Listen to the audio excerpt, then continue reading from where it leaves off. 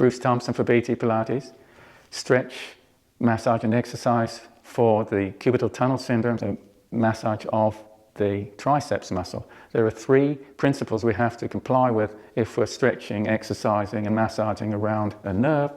Number 1 is we make a point of not getting too close to pushing on the nerve, so we need to know where the nerve is. And point number 2 is that we either contract the muscle or stretch the muscle so that it comes up towards the massage implement, but at the same time the nerve is still soft and able to glide away from the massage implement. The 3rd principle is grab and glide. I'll show you. We push in with the massage implement, and then we glide, for example, up to the armpit or down towards the elbow. And there we have a massage and glide. And the 4th principle is if we find a sore knot in the muscle, well, we press on it because that's a trigger point, and pressing on it will soften the knot and normalize the muscle.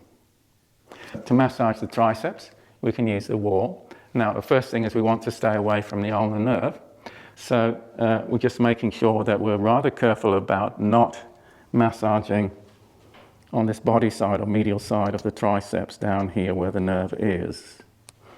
We can start with the outside or lateral side of the triceps, or lateral head of the triceps. Now, we can put the triceps under contraction by just pushing on the chin. That muscle is contracted, it'll come up to the massage ball. It's also contracted in a lengthened or stretched position. And it's just simply grabbing the ball, holding it firm. And if I bend my knees and press into the front of my feet and toes, I've got perfect stability, and we just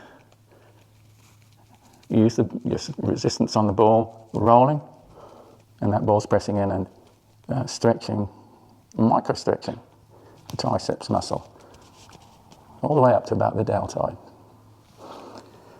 Medial head of the triceps, so we're just in the middle, olecranon.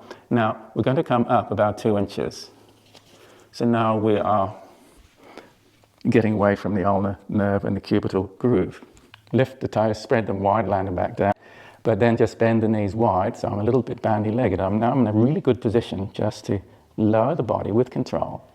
I'm holding that ball so it's reluctantly rolling, and the skin and connective tissue being pushed up towards the armpit. Again, not too close to the elbow. We're staying away from the ulnar nerve. And push on the chin and hold that ball. There is a knot in the muscle there. I'm pausing, it's achy, a little bit up and down. And here, a knot, tight band. So this medial head, for me, that is a pretty ropey, knotted up muscle. Probably as a result of my whiplash injury and the nerve control. It's 99%. I'm certainly still very functional. Can work a mouse quite well, but I do need to massage and maintain. So the final one, we just make sure on this, the long head of the triceps, that we're staying away from the ulnar nerve. So I'm going to come up well up the arm now to here.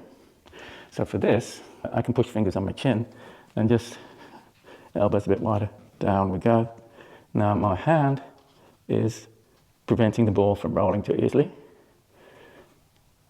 And I can go the way down again too. The way down, I'm preventing the ball rolling. There's quite a lot of achy trigger point knots in that muscle, and I'm not going below 60% of the way down the arm because that would be getting close to the ulnar nerve at that point of the arcade of Stratus as it passes over from the biceps to the triceps through the intermuscular septum. Now, if we want to get the intermuscular septum between biceps and triceps a little bit more flexible and loosened up, well, we need to get the eye of the elbow here stretched out. Now in the gym, or in Pilates or anywhere, it's very rare for us to actually really extend the elbow and stretch out in front. But if we do that action, we're getting a lot of gliding of the muscles around that intermuscular septum. So this is actually a good thing just to start helping to loosen up the tight tissues around the ulnar nerve just here. Eccentric contraction, that's when you load a muscle and lengthen it under load.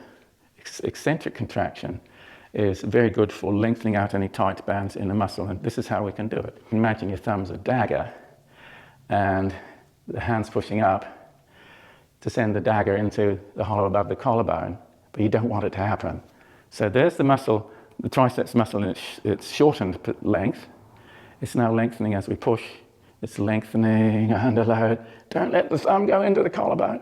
Okay, and so triceps is short. We're loading it, and now and you see that is eccentric contraction for the triceps. It's a nice, easy way to do it.